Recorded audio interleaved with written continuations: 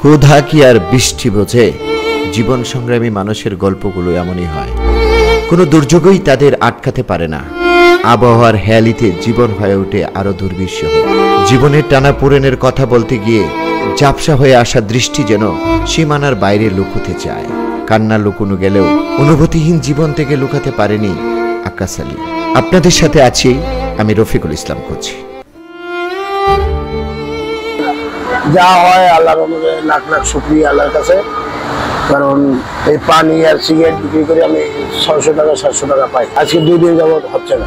এই সিগারেট বিক্রি করলে তেমন লাভ নাই, এই পানিটা দিয়ে মোটামুটি চলে। কষ্ট আছে আবার নাই।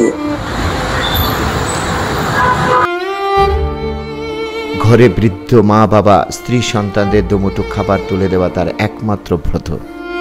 তবুও মাঝে মাঝে স্মৃতি হাতড়ে বেড়ান আক্কাস আলী। কিশোরের অবাধ্য দুপুর এখনো তাকে হাতছানি দেয়, কিন্তু এই রূঢ় বাস্তবতা তাকে সংগ্রামী করেছে। তাই তো কোনো প্রতিকূলতাই তাকে আটকাতে পারে না। বৃষ্টি অপেক্ষা করে রাস্তার পাশে যৎসামান্য পণ্য নিয়ে বসে আছেন আক্কাস আলী, শুধু ক্রেতার আশায়। হে জীবন সংগ্রামী মানুষ, তোমাদেরকে স্যালিউট। তোমরা আছো বলেই পৃথিবী এত সুন্দর।